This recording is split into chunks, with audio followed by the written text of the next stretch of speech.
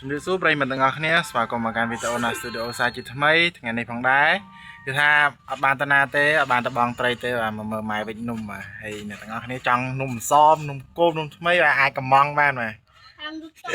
កំងចាំដាក់តាមវិរៈបុណ្យធម្មទៅឲ្យអ្នកទាំងអស់គ្នាហើយអូខេតោះយើងទៅមើលស្នាដៃម៉ាក់ខ្ញុំវិចទាំងអស់គ្នា Let's go បងប្អូនគ្នាបាទនេះគឺជានំថ្មីរបស់យើងបាទរបស់យើងវិចហើយបាទនេះក៏ថ្មីដែរតែម៉ែគាត់វិចលក្ខណៈស្រួចបាទចំណែកនំគោមហ៎បាទនេះគឺនំសមរបស់យើងគឺស្ងោរឆ្អិនហើយបាទសមចេកបាទសមចេកគូតមួយនេះហើយនេះនំគោមបាទ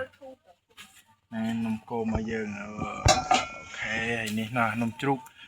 គូត2អ្នកទាំងអស់គ្នាបាទឃើញហើយនេះបាទគឺថាតំណឆ្ងាញ់មែនទែនចង់ញ៉ាំអីអាចតាក់ទងខ្ញុំបាននេះឆ្អិនហើយមួយទៅ2000រៀលទេមើលប៉ុណ្ណានៃប៉ុណ្ណកដៃខ្ញុំអ្នកទាំងអស់គ្នា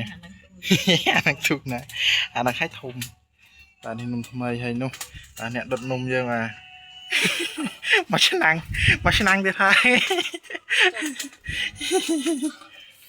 បើកណាហាប់ហ្នឹងបាទអូយយើងចំហុយបាទឆ្អិនហើយចិត្តឆ្អិនហើយថែមទឹកអត់ម៉ាក់ខ្ញុំថែមទឹកអត់ទេចាំដល់មកទេទៀតចាំថែមហ្នឹងហើយនេះសមទៀតអ្នកទាំងអស់គ្នានេះមើលប៉ុណ្ណានៃអានេះសមជ្រូកបាទចង់ញ៉ាំអីអាចញ៉ាំបានធំអ៊ូគេអួតណាគេអួតប្រិមិត្តចង់ញ៉ាំអត់នេះនំចេកនេះនំថ្មីនំគោមទុកចំហុយទៀតនោះក៏នំគោមដែរហើយនោះនំជ្រូកនេះនំចេកបាទគឺថាយើងវិចលក់អញ្ចឹងណាប្រិមិត្តចង់ញ៉ាំអាចតាក់ទងបាននេះកញ្ញារបស់យើងលើកបង្ហាញហើយនេះនំឆ្អិនថ្មីក្តៅ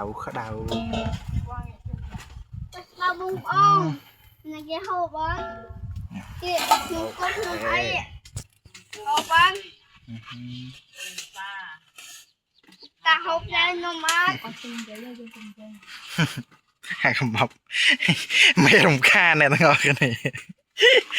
គេទៅណាវាទៅហ្នឹងអត់អីបាទនេះនៅមកច្រាញទៀតណាកញ្ញារបស់យើងលើកដាក់តែលើកដាក់ខាងនេះមកដើម្បីឲ្យប្រិយមើលក៏បានទស្សនា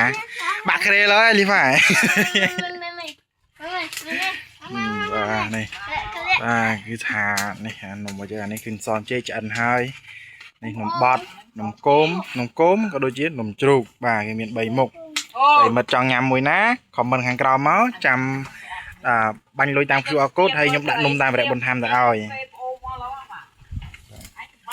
ឆ្ងាញ់